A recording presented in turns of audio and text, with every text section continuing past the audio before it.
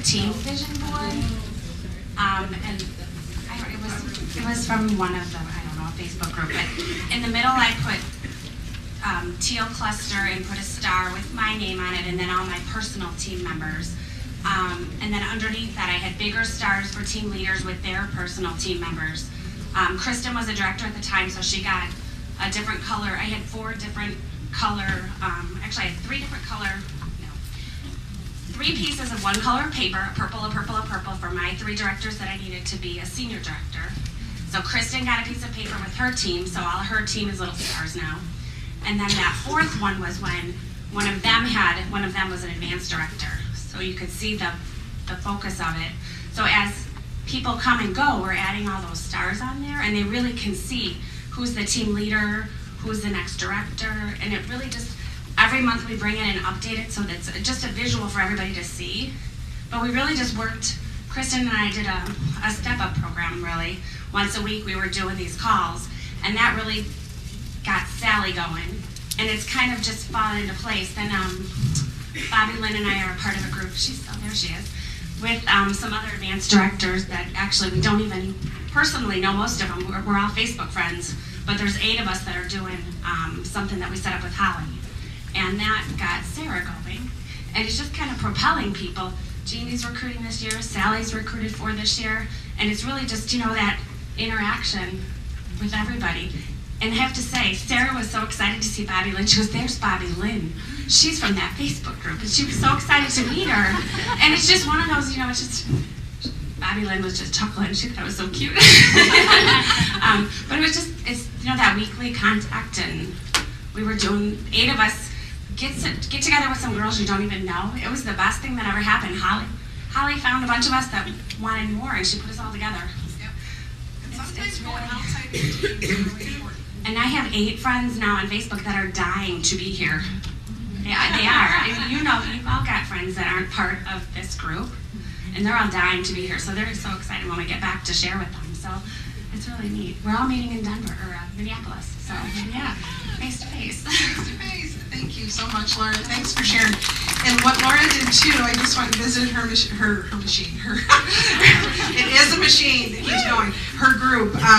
And what she did was they said, okay, last December we had this many shows and this many recruits. How many are we going to get this year? I think it was February. Last February we did this. This year we have this many people. How many shows are you going to do? And she made them come up with the number.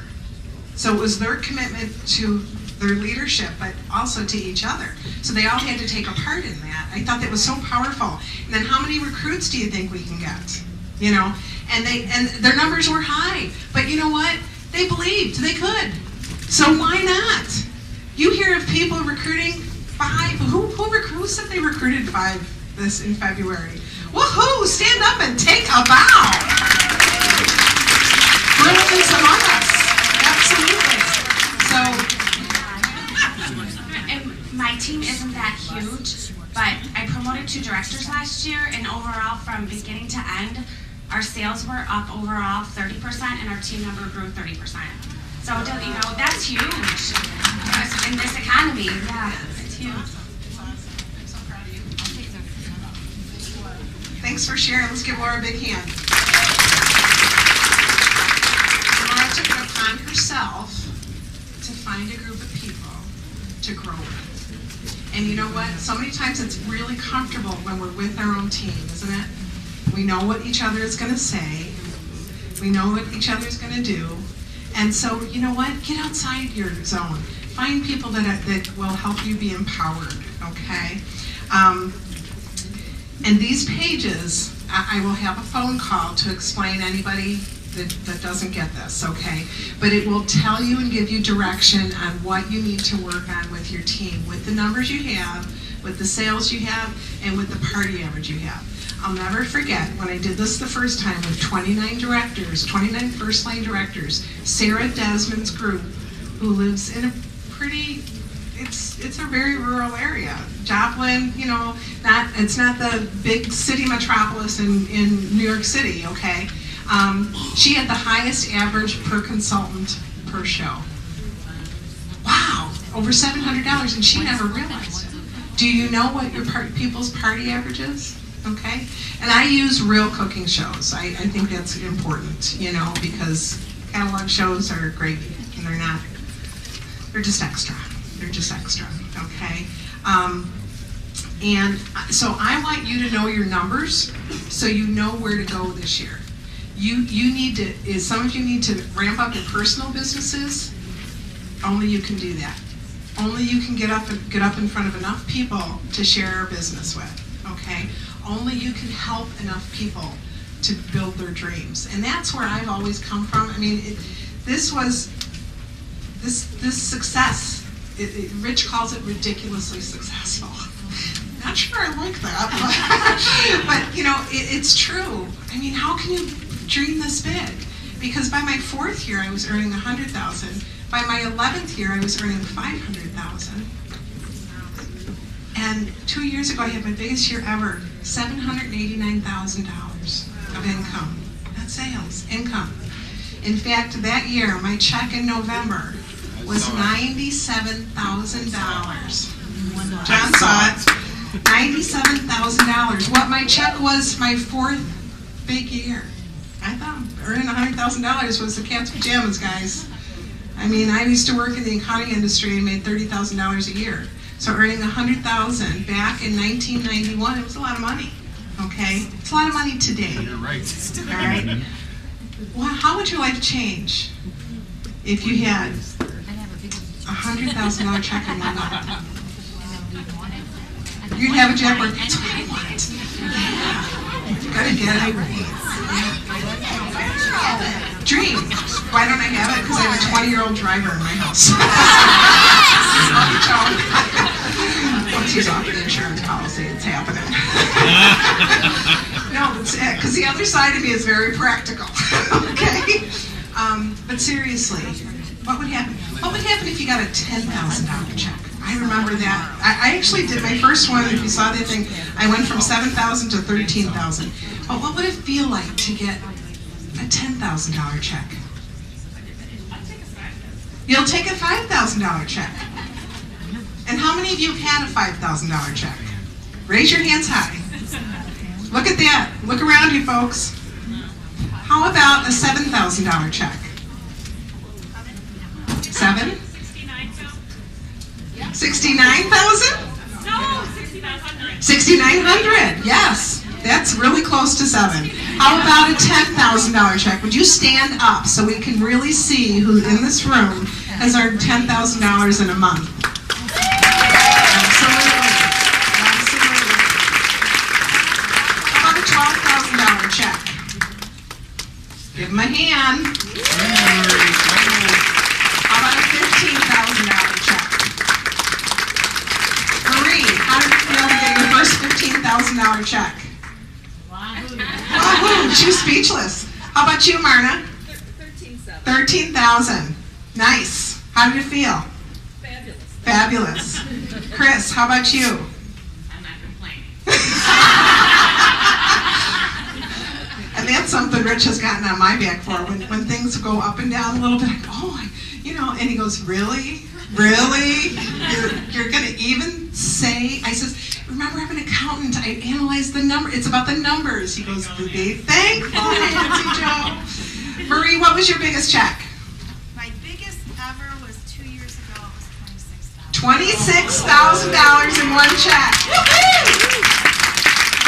Randy, how about you? 19,000. Wow. Sherry, how about you? 33,000. Chris, would you mind sharing? Biggest check. 55,000. Look at all of them. Did I miss anybody? How many of you? See, it's not just me. There's lots, and this isn't even my whole group. This is only about a third of my director team. There's a lot more out there that have earned those kind of numbers too. You guys, it's out there for every one of us. Do you believe? Because you know what? None of us have to die or retire for you to make the same amount of money we do. It's good news for us. It is truly good news, okay?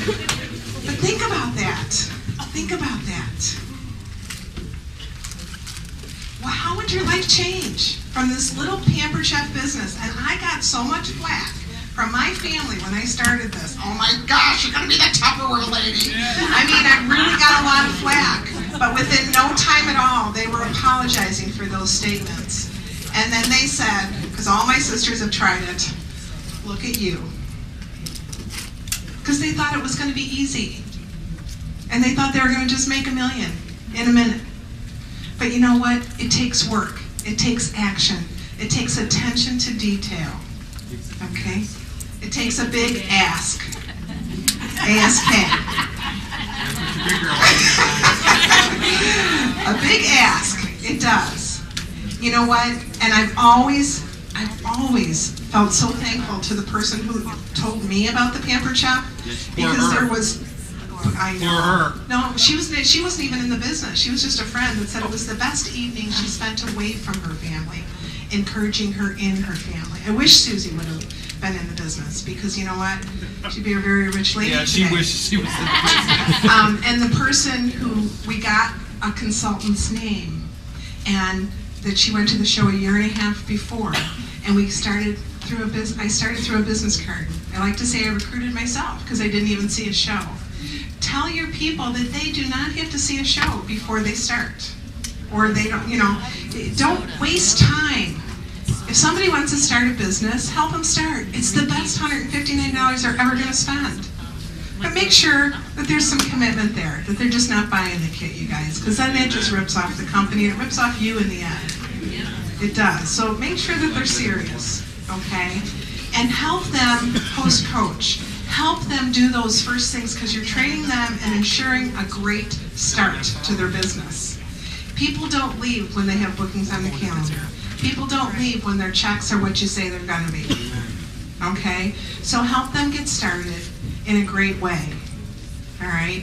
And I really believe in going to their grand opening. Just awesome. It's a great way for you to ask their friends to help them get a great start. It's going to be hard for them to ask their friends in person. So you can do that, though. You can do that.